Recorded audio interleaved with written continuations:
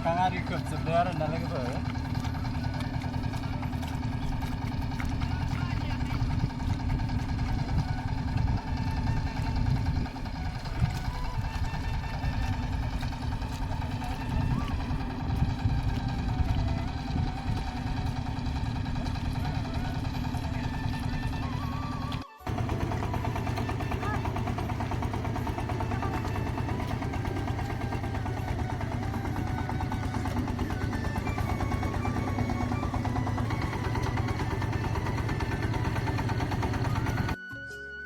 Hello लोगोफोर welcome back to संसार दैमानि another vlog so लोगोफोर दिनैनि vlogआ मा जागोन नोंथांमोनाथ' टाइटेल आरो थाम्बनेलखौ नायनानै थारैनो मिथिखाबाय जानांगौ नङा होनबा लोगोफोर बियो दैमा सेर आरोना नै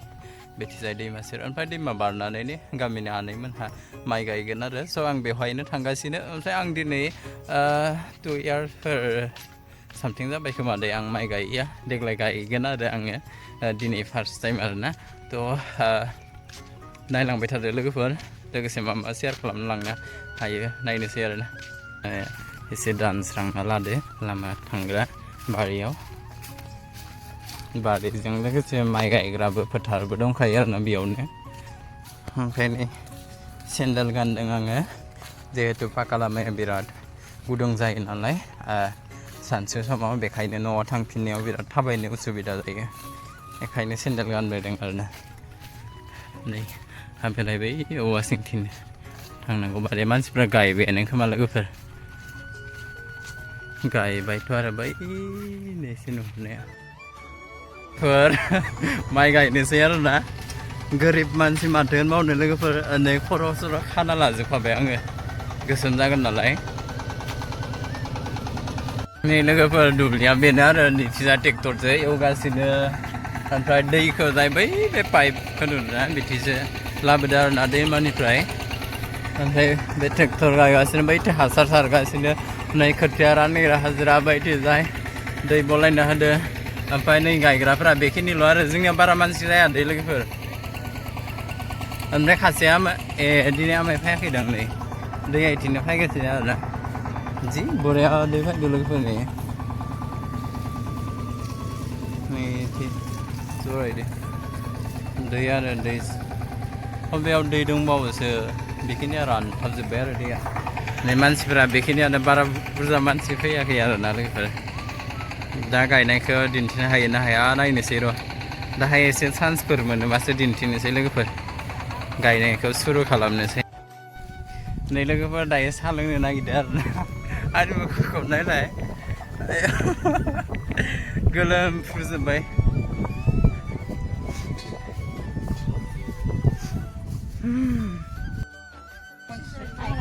नै लोगोफोर साहा लोंनो नागिरदों दायो साहाजों मुरि लाल साहासो आरोना जेबो बाजै आनै गुमै आमाइ आबै मादै गोजा गासिबो नै बाजै आइथि साहा रानगासिनो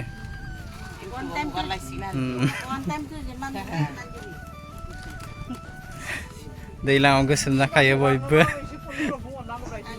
जोंथ' बङालि बादि जाजोब्बाय नै बिथिजाय मादैमोना आथिं आखाइ सुना फैदो दैमायाव दै नङा आथिङा नायलाय लोगोफोर नै बङालिनि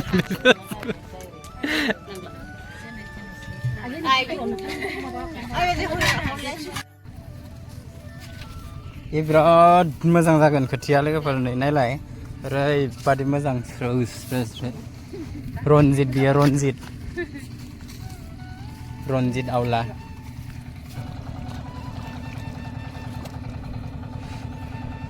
लोगोफोर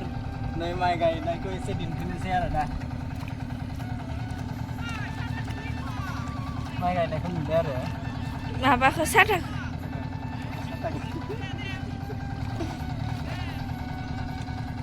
मोखाङा रिखोबजोबदों आरोना लोगोफोर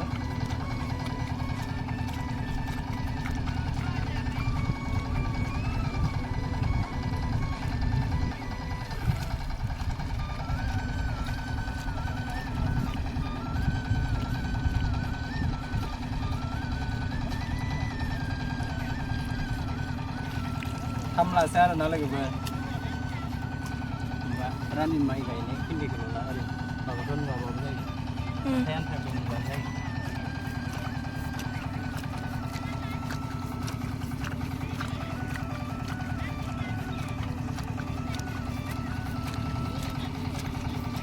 जा दुंखाबायलै दैया आयौ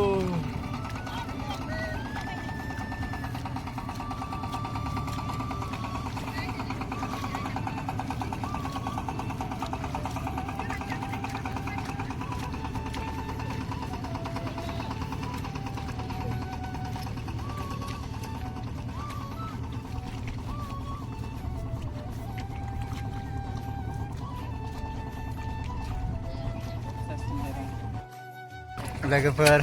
दसे गायना खिथिबाय आरोना मानसिफ्रा माइ गायनायखौबो नायनो होनना बुंगोन नालाय बेखायनो माइ गायनायखौबो खिथायाखै होननानै लोगोफोर ओमफ्राय माइ गायनायखौ दिन्थिबाय थानो सोलाबा आरोना कम्पालसरि नङा माने माइ गायनायाव भिडिअ लाबाय थानाया माने बैबो जों गामिनि ओमफ्राय बै बे थिं नुहुरनाय नुदोंना लोगोफोर थिं एसे नै जुम खालामदो बै थिं नुहुरनाया बेनो मोथां एक्टरलानि माबा आरोना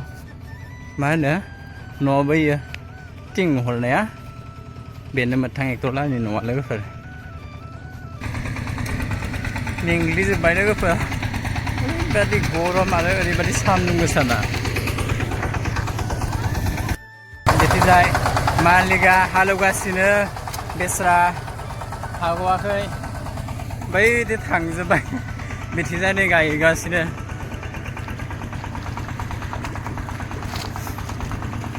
बेलायनाय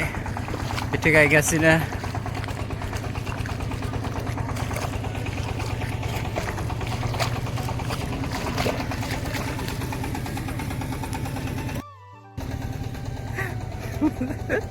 मुस्लिम आइसा मोनखादो ना लोगोफोर आंखो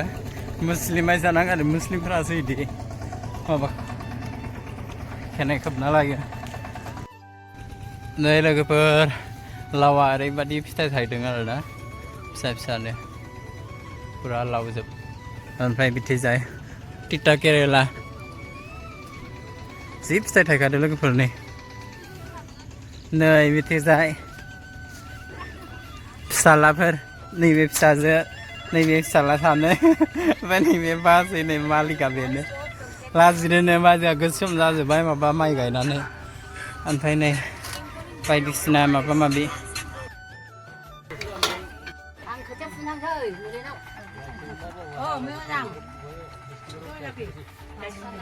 नै बिथिंजाय इउटुबाव ला आयौ मासे साइज नुनिख्लाय इउटुबाव ला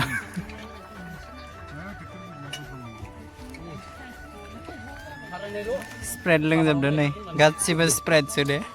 बिथिंजाय नै बियार बियो मेंग'नि बियार नै बिथिंजाय मटर रानगासिनो बिफां माबा मैगं बारि सिङावनो जिरायजोबदो आरोना लोगोफोर नै बिथिंजाय मादैमोन रानिमोन नोंस्रा बाजैया बेदर रानगासिनो कुकाराव दा जागोन आरो बियो आनै दै नांगौ बिबानो जायोना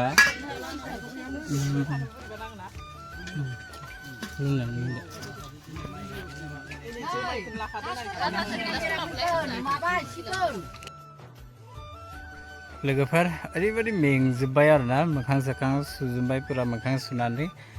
दायो एसे फ्रेस जानोसै आरो ड्रेस चेन्ज खालामनानै ओंखाम एसे जानानै आरो थांफिनलायनोसै आरो थ' लोगोफोर अब्ला दिनैनि ब्लगा बेखिनियानो जायफोर आंनि भिडिअखौ जोजासे नायदो बिथांमोननिसिम गोसो सिंनिफ्राय 1 सेकेन्ड थेंक इउ सो माच टेक केयार लाभ इउ बाय बाय